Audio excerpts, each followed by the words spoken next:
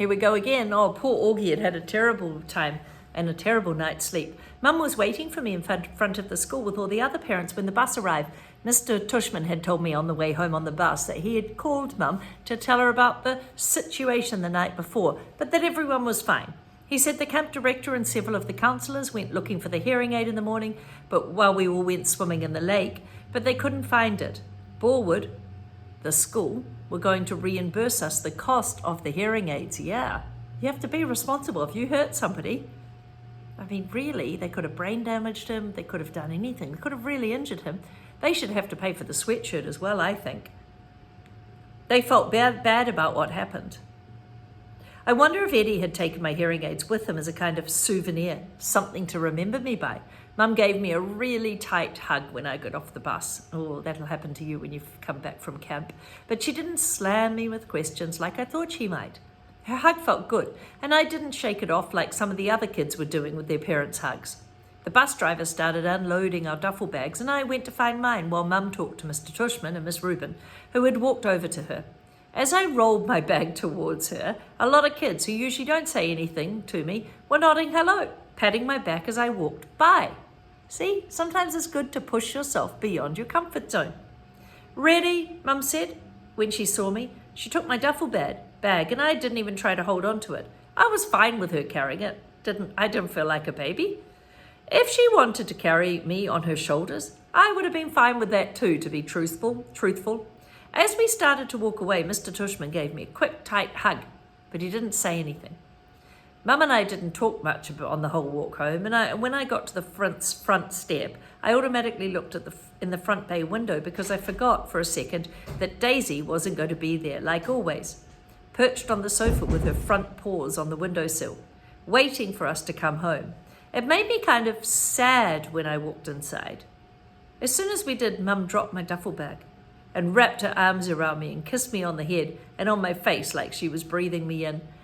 So Mum was really good. She realized maybe when you get a bit older, you don't want to be hugged by your parents in public, which is a bit crazy because you really should be just happy that you've got parents or a parent who loves you. It's okay, Mum, I'm fine, I said, smiling. She nodded and took my face in her hands. Her eyes were shiny. I know you are, Augie, but I miss you so much. I miss you too. I could tell she wanted to say a lot of things, but she was stopping herself. Are you hungry, she asked. Starving. Can I have grilled cheese? Of course, she answered and immediately started to make the sandwich, which I took while I took my jacket off, and I sat down at the kitchen counter. Where's Via? She's coming home with Daddy today. Boy, did she miss you, Augie. She's coming home with Daddy? Yeah, she would have liked the nature reserve though, Mum. You know what the movie they played? The Sound of Music, her favourite. Oh, you'll have to tell her. So do you want to hear about the bad part or the good part first? I asked after a few minutes, leaning my head on my hands. Whatever you want to talk about, she answered. Oh, that's nice. You give the person space to say what they want to say.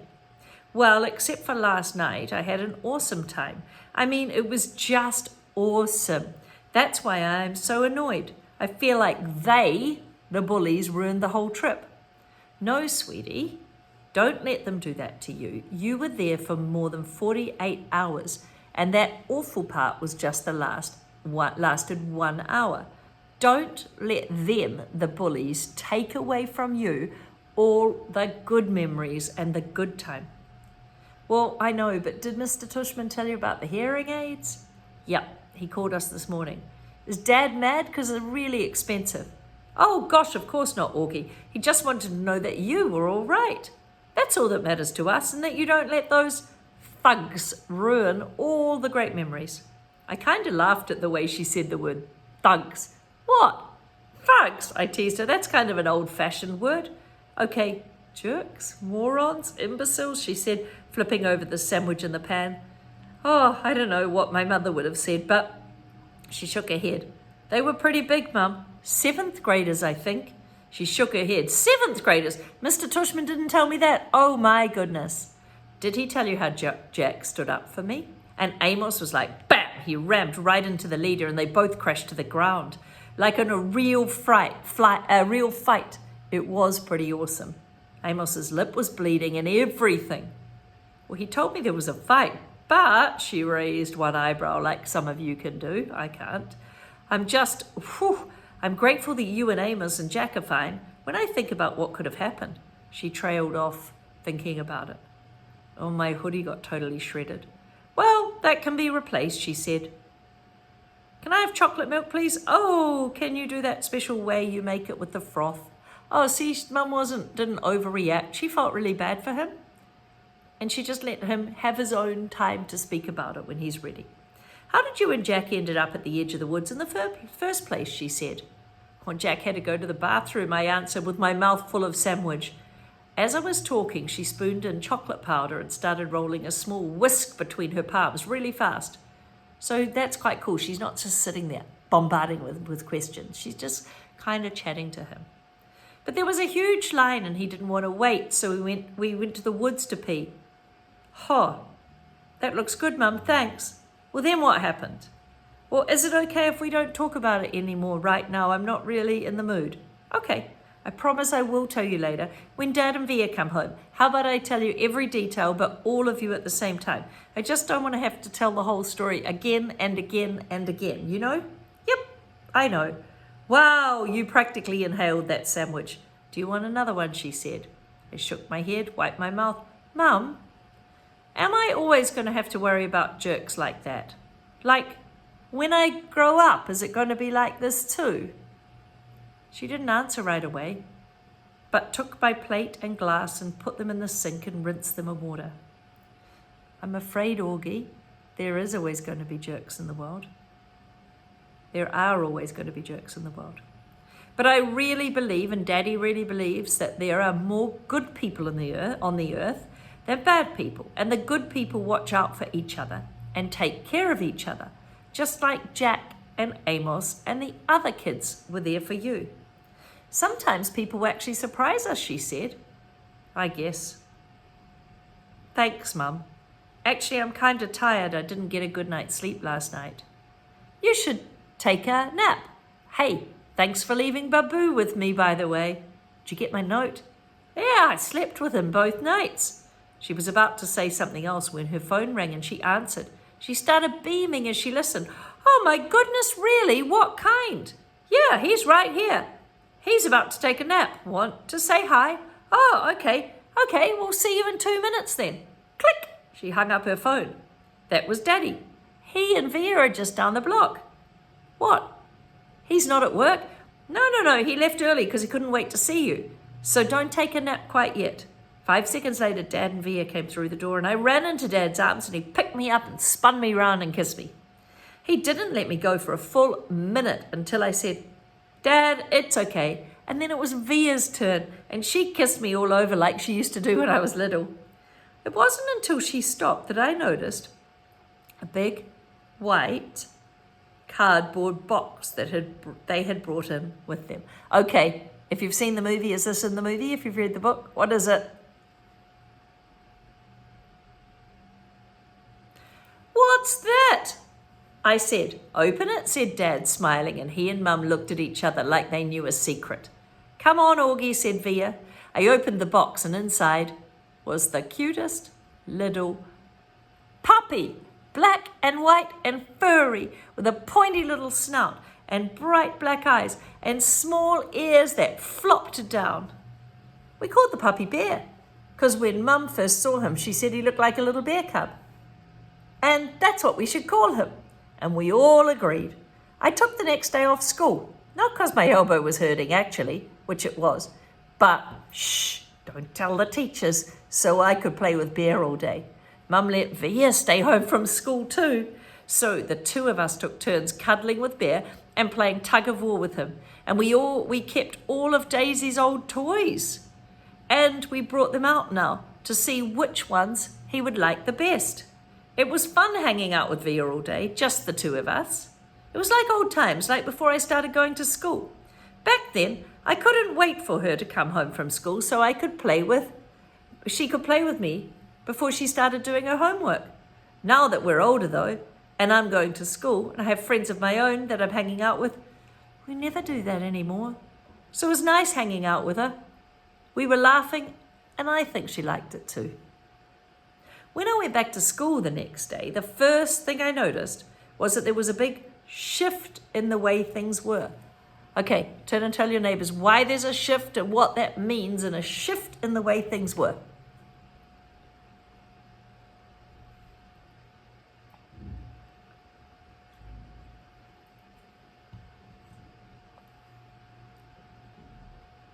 A monumental shift, a seismic shift, maybe even a cosmic shift.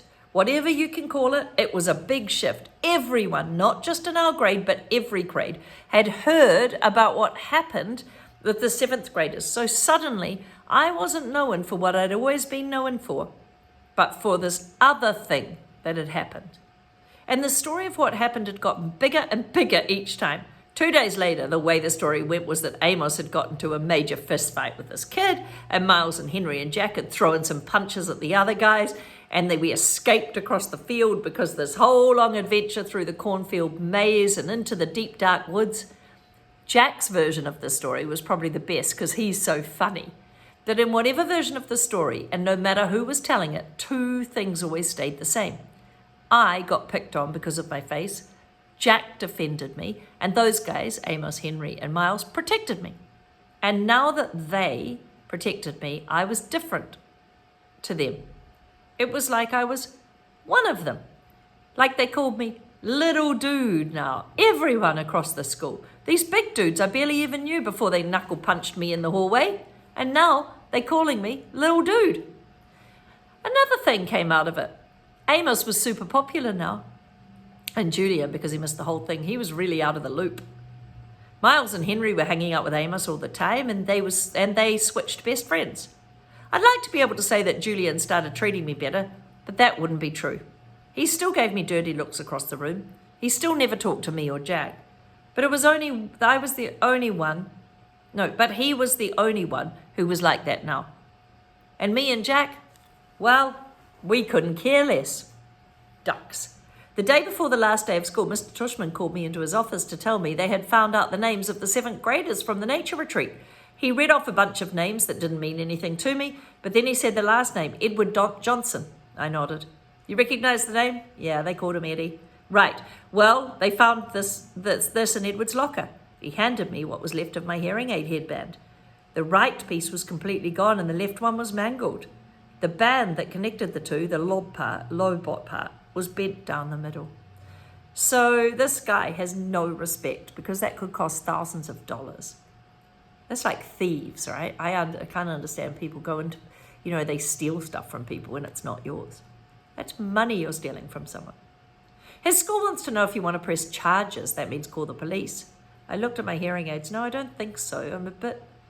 But I'm being fitted for new ones now. Why don't you talk about it with your parents tonight, and I'll call your mum tomorrow to talk about it with her.